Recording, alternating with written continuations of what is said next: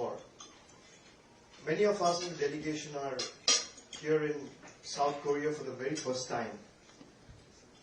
And thank you for listening to us patiently. Thank you for the warm welcome. I wish we could have stayed a little longer than what we are, but since we are all on national duty, we have limited time. Just to add to what my colleagues have stated, the 22nd of April Pahalgam terror attack is no more a matter of India's national security. It has turned out to be a global imperative now. And time and again, we have been saying this, how Pakistan has been harboring, shielding, and sheltering terrorists in their own land. Right from the time both India and Pakistan has gained independence at an interval of a day, at the same time, precisely. And if you look at the trajectory of Indian economy and Pakistan's economy, there's a hell and heaven difference. India has grown by leaps and bounds, where Pakistan is struggling with their own economic crisis and flaws. And the attack on Jammu and Kashmir in Pahalgam is a testament to the fact that they don't want the Indian economy to prosper. This is a message we want to carry to the world, where you have 7 delegations going to different countries. And we want to tell this to you, everyone, with all humility and grace, that any support to Pakistan is a support to terror organization. Anyone supporting any act of Pakistan is supporting a terror organization. Why I say this? I have reasons to say this. When the 2008 Mumbai terror attacks were carried out in Mumbai, where all of you must have seen and known, 166 nationals were killed and shot dead by terrorists. And out of those 166, there were people belonging from different nationalities. Apart from India, there were people from 26 other countries. And the prime accused, who was then arrested by the Indian law enforcement agencies, he confessed in the proceedings that he was trained and raised in Pakistan. And when the terror attack was carried out this year, on the 22nd of April, we actually expected Pakistan to do justice and bring the perpetrators to book. Either you bring justice to them, or justice needs to be done to them. You anyway have to do justice. We waited patiently for a week, 10 days, 14 days. Then India eventually carried out the airstrikes on the 7th of May, after waiting for 14 days. Why I'm mentioning about the airstrike? Because the airstrikes were so precise. It was carried out with so much of precision. We ended up successfully destroying 9 terror infrastructure without endangering a single civilian life. This is what India is, firm in resolve, yet honorable in action. I come from a land where we have a special bond with every Korean living in South Korea. I come from the land of Rabindranath Tagore.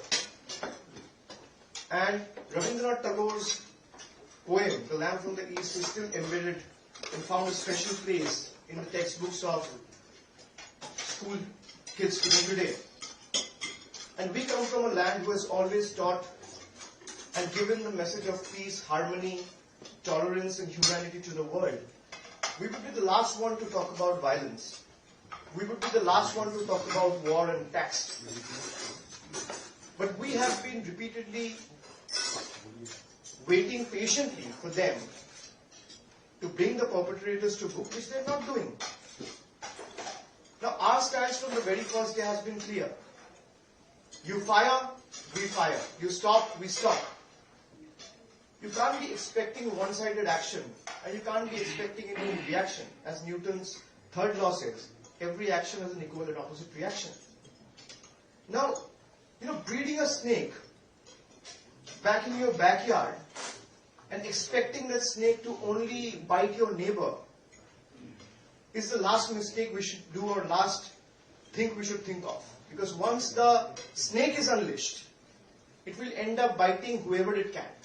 A snake remains a snake. If you're breeding a monster to become a monster, the day the monster is unleashed, it will pounce on an attack on everyone. It gets an opportunity to attack. So we need to be very careful and mindful of how Pakistan has been harboring terrorism, harboring terrorists from 9/11 to 26/11 in Mumbai, to Pahalgam, to Pathankot, to Uri, repeatedly one after one terror attacks. You might reminisce Osama bin Laden was found in a place called Abbottabad, which is again in Pakistan. When the airstrikes were carried out by the Indian Air Force, there is a picture in public domain. It's all over the media. You can find out. When the airstrikes were carried out, those airstrikes ended up killing 100 odd terrorists. And then you have a picture where Pakistan's high-ranking military generals are attending the funeral of the terrorists. They're not any pawn or small officers. They're high-ranking military generals from the Pak army. They are physically attending the funeral of the known terrorist who has been carrying out terror attacks in various places of the world, including India. So this is a testament to the fact what India has been claiming for the last 4-5 decades. And then, when the Pahalgam attack was done, after the attack, within 24 hours, you have a terrorist organization by the name of TRF, which is the Resistant Front, which claimed responsibility for the terror attacks in Pahalgam. Now, who is TRF? TRF is a proxy of Lashkar-e-Taiba, which is a designated UN terror organization. It's known for one and all. Everyone is aware of it. They claim responsibility for the terror attacks. And when the terrorists of Lashkar-e-Taiba, TRF or Jaish-e-Mohammed are killed, you have high-ranking military officials of the Pakistan army going and attending funerals of those known labeled terrorists. I mean, it's clear. It's out in public domain. The evidence is available for everyone to see and realize. We all need to work together, collaborate together, fight this collectively to put an end to terrorism for once and all. There is a very famous quote by Martin Niemöller, who happened to be a very renowned scholar, and he was staunchly opposed to the Nazi rule during World War II. And his quote was appreciated and taken very well among members from every community in the world. He said, when they came out for the socialists, I didn't speak out because I was not a socialist. When they came out for the trade unionist, I did not speak out because I was not a trade unionist. When they came for the Jews, I didn't speak out because I was not a Jew. But when they came for me, there was no one left to speak for me. We all need to realize and understand that we all need to fight collectively. We all need to ensure that there is no place for terrorism in this world. Terrorism neither have a place in our land, nor should it have a place in our mind.